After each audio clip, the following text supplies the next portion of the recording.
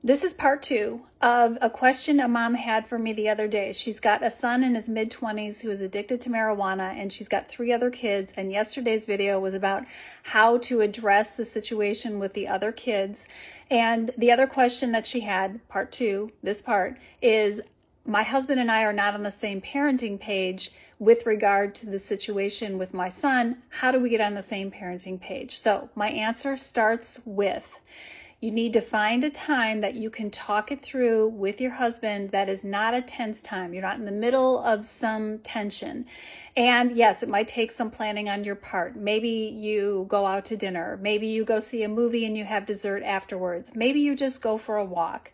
But the point is, you're in a situation with your spouse that you can really talk it through. You have the time and you're not in the midst of a tension. Then start with where you can agree. Start with what has worked in the past with regard to parenting this child in this situation. Where can you agree that the way you're handling it is the right way together? Then ask the question, would you be willing to share with me how you see the situation playing out if we continue down the path of the way you want to handle it? Would you be willing? The tone of voice is very important. How is this going to play out if we continue to parent from the place that you want to parent? And then I want you to really listen. Listen to understand where your partner is coming from as opposed to just answering the question. Okay?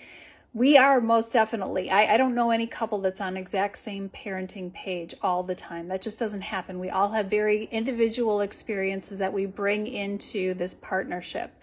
So in response to, after listening, after being thoughtful of what your spouse has said, then share where you can agree again, and then talk about the way that you feel and the way you see it playing out if you go with the route you want to parent this child through.